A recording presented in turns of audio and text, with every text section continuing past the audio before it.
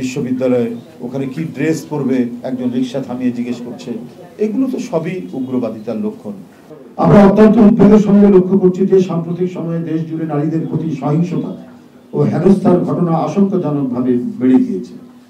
দৈনন্দিন জীবনে চলার পথে নারীরা যেমন নিরাপত্তাহীনতায় ভুগছেন, ঠিক তেমনি অনলাইনেও তারা বিরূপ আচরণের শিকার হচ্ছে। রাস্তাঘাট, শিক্ষা প্রতিষ্ঠান সহ বিভিন্ন স্থানে ছাত্রী, নারী শ্রমিক সহ বিভিন্ন পেশার নারীদের ইভটিজিং, শ্লীলতাহানি এবং হেনস্থা করা হচ্ছে। ধর্ষণ ও নির্যাতন করে নারীদেরকে হত্যা করা হচ্ছে। একের পর এক নারীকে হেনস্থা ও আক্রমণ এবং সামগ্রিক বিচারহীনতার যে সংস্কৃতি গড়ে উঠেছে তা রাষ্ট্রীয় স্থিতিশীলতা ও সম্প্রীতির জন্য বড় হুমকি হয়ে দাঁড়িয়েছে। সামাজিক অবক্ষয়ের মাধ্যমে কেন আজ নারীদের মর্যাদা ও নিরাপত্তা ক্ষুণ্ণ করা হচ্ছে এবং এর পেছনে উদ্দেশ্যপ্রণোদিত ষড়যন্ত্র রয়েছে কিনা সেটি যাচাই করা প্রয়োজন।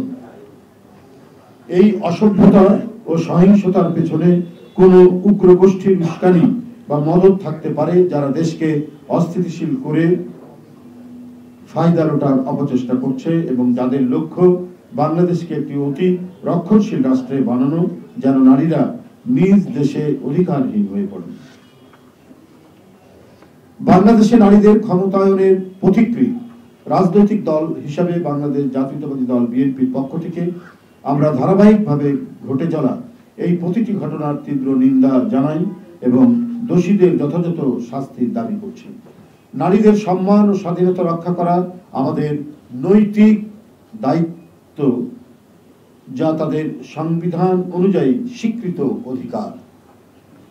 অন্তর্বর্তীকালীন সরকারের প্রতি আমাদের আহ্বান, নারী নির্যাতন সহ সকল নৈরাজ্যকর পরিস্থিতি কঠোরভাবে দমন করে দেশে ন্যায় বিচার এবং শান্তি প্রতিষ্ঠা করা। ঐতিহ্যগতভাবে বিএনপির প্রতিটি সরকার বাংলাদেশে নারীর মর্যাদা, সুরক্ষা ও স্বাধীনতা নিশ্চিত করেছে।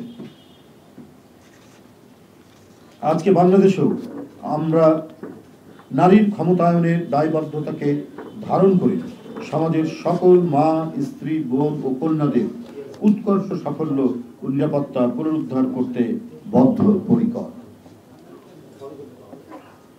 বিএনপি বিশ্বাস করে একটি আধুনিক ও উদারতান্ত্রিক বাংলাদেশ গড়তে হলে লিঙ্গ, বয়স, পেশা নির্বিশেষে প্রতিটি নাগরিকের ব্যক্তিগত নিরাপত্তা ও মানবিক বিকাশের অনুকূল পরিবেশ নিশ্চিত করতে হবে।